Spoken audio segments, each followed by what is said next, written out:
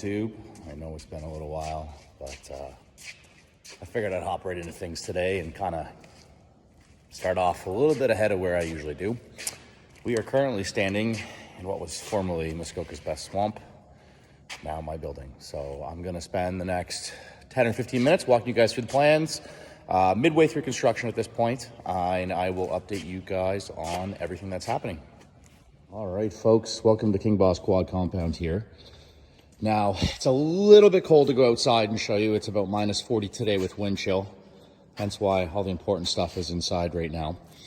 But I just wanted to walk you guys through some of the things that we've done in the last few weeks. Obviously, we've really accelerated the pace here, primarily due to the winter coming, but also the availability of a lot of the floor joists, steel beams, and wood here that you're looking at. So got super lucky with that. I'm gonna walk you guys through kind of the house. But first of all, let's start with the shop side. I know it looks really, really full in here right now, and it's gonna be hard to conceptualize, but this is a 120 by 80 building, which is effectively 9,600 square feet. You are 33 feet to the peak, and I believe it's 18.5 feet right to the sides here. So what you're looking at there is the living side. I'll walk you through that here in a moment. This is my RV, which I've been temporarily living out of for the last 7 months. It's not been fun, let me tell you. At any rate, let's see. We got the building delivered on my birthday. It was November 4th. Took the guys about 3 weeks to construct it. It is a Robertson building, purchased from Kodiak Buildings. If you guys are gonna do that, please get after me. I will give you guys a bunch of recommendations of don't do's and do's. I obviously learned from my mistakes. So this is an expandable building. So you can see here, we've got a really large frame. So if I ever want to continue to go that way, I certainly can, and I do have the property to do it. First and foremost, you'll notice that I've spray foamed it. I did learn from some of my peers out there that did not go with spray foam, and quite frankly, it just doesn't insulate your building. So in the ceiling, we got about 5.5 to 6 inches of spray foam. On the shop side, we're looking at about 3 inches just over here. And on the house side, we maximized the spray foam. We're about 5 to 6 inches on the walls, and of course, 5 to 6 inches on the ceiling. This building is tight, absolutely tight. On the first round of spray foam alone, we were able to maintain heat in the building, which was pretty outstanding if you ask me. We do have a whole bunch of walls still showing here, and I'll kind of tell you guys a story about that here in a minute. But first and foremost, we have a 6-inch pad of finished concrete here, finished it everywhere. Let me walk you into my favorite room. This is our mechanical room. Now, a lot of temporary things going on here. As you can imagine, this whole real fake virus that's happening is really delayed. A lot of people sitting on unemployment collecting free money. So it's hard to get some material. However, I was very lucky to secure myself two 200,000 BTU NTI boilers here with pump systems. And this is throughout the floor. Currently, this is the primary and only heating system in this building. And frankly, I can't see myself needing anything else. That being said, we are getting other things as we go through this. But we're looking at 6 pumps here circulating. We've maximized each one of the runs. These things are incredibly efficient. When you do not open the big garage doors, which I have currently 3 14 by 14 doors. I did not go with insulated doors. I did not make a mistake there. That was by choice. Insulated doors, in my opinion, are very ugly. And although the R value on these is not very significant, the heat loss is very minimal. Even on an insulated door, you're not getting much of an R value anyways. And they act more or less of wind resistance than anything. And with the in-floor heat, you really don't lose anything. But you open one of these bad boys up, let me tell you, it gets pretty cold in here pretty quickly. But the advantage with in-floor heat, if you shut it, you get your heat back really quick. And in-floor heat's actually a weird heat. You kind of feel cold if you're sitting down, but you're definitely warm if you're moving around. It's a little bit dirty today. My electrician made a mess. No, spray foam. Thanks, spray foam guy. I have to scrape that beautiful manifold off. But at any rate, here's one of the zones here, one of the manifolds to the zones. And we're gonna have zone controllers set up all amongst the shop so that we can kind of control what the temperature is out here versus what it's gonna be in the living section. Now, we just had another supply of wood come in today. This is the third and final supply of wood before the windows come in a few weeks. I'll walk you guys through that. You can see here I've got my lift over on the side. I actually have 2 lifts. I have a 2-post automotive hoist that's going right here. Yes, folks, I did take into account where the in-floor heat is. We're not stupid.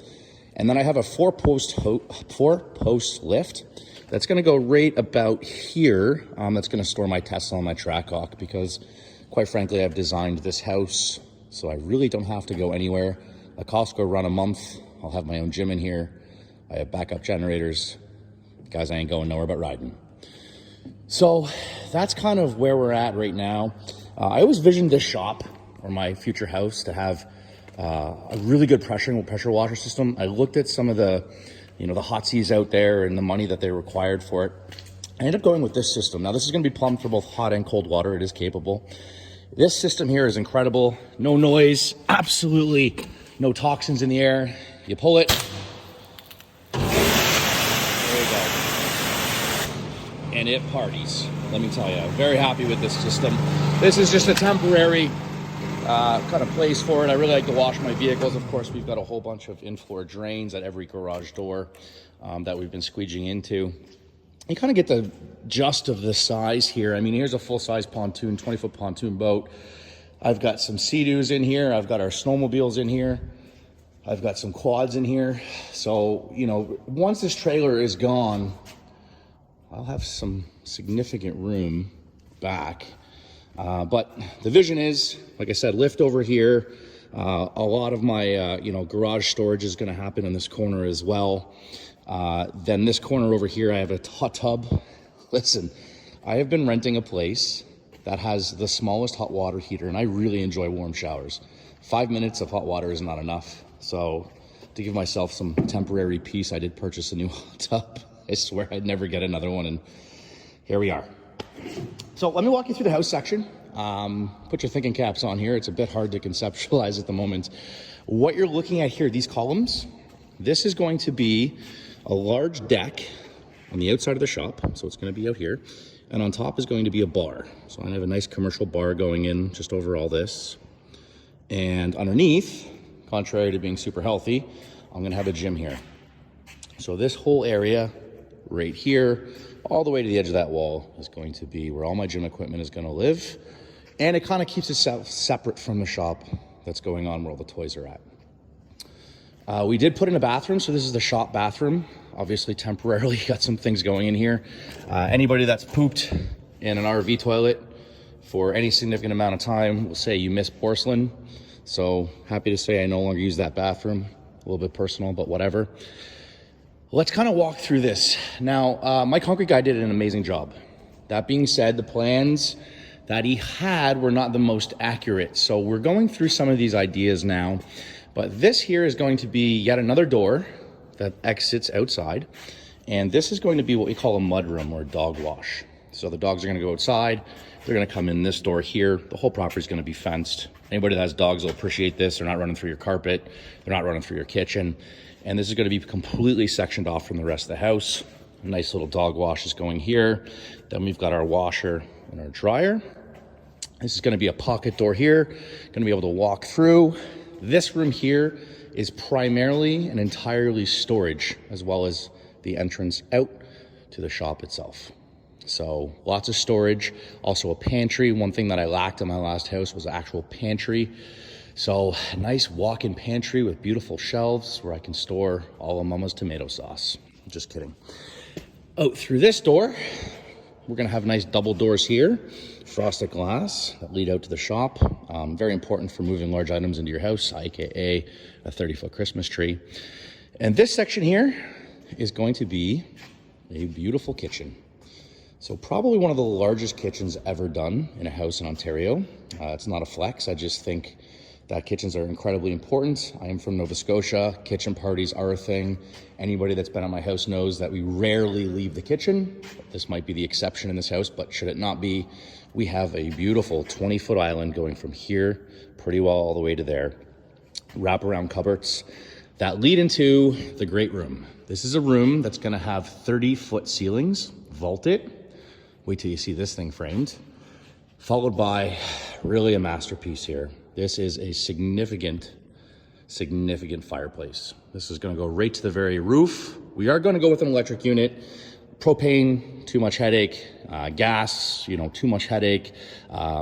Natural burning, no thank you. I know I'm going to lose that kind of mystery of what's happening, but I don't care. Keep it simple. So there's going to be a beautiful stone face going up here. And then, of course, this is a temporary staircase. I'll walk up there in a second. But coming over here real quick, guys, this is going to be the front door. Obviously, very pristine, very large front door going in. Yeah, we kind of waited to cut in the windows. Everyone keeps asking me, do you have windows? Yes, of course I have windows. What kind of a ridiculous question is that? You can't build a house without windows, but we're not putting them in until we get them. So it's really easy to cut into this wall here and then go ahead and put your windows and doors in afterwards. But imagine walking in this door, you're gonna have pocket closet, and then a staircase that's gonna go and ascend directly up into your floor. That being said, this is going to be the master bedroom here. I built this house forever, so master bedroom's on the main floor in case I get old, which is gonna happen one day. Again, big, beautiful window there, king size bed against the window. Exit out to the hot tub and a little private patio for his and her, followed by the world's largest bathroom. I promise you, nobody has a larger shower than I do. And anybody that knows me knows I love my showers. So if memory serves, I believe this shower is something like 15 feet long by 7 feet wide. And you better believe I'm gonna have a TV in it, wraparound shower heads, you name it, including a steam room built in there, his and her cupboards, and his and her bathroom over here as well. Let's kind of walk upstairs real quick and I'll walk you through this. It'll give you some idea as to kind of the size of everything. Now, I will say our framer's done a really good job on these stairs. They are temporary, but they feel pretty secure. Bingo, here you go, folks. Look at this. This will house 3 separate bedrooms, 2 bathrooms, and like I said, the bar is just gonna be kind of over on that area there. So by the end of the week, which I plan on doing weekly uploads of YouTube here on the progress, this is what you're gonna see. We should have this floor done by tomorrow. So keep an eye out. Some great updates coming. If you guys have any questions, hit me up below. Always happy to answer them. KingBossQuad.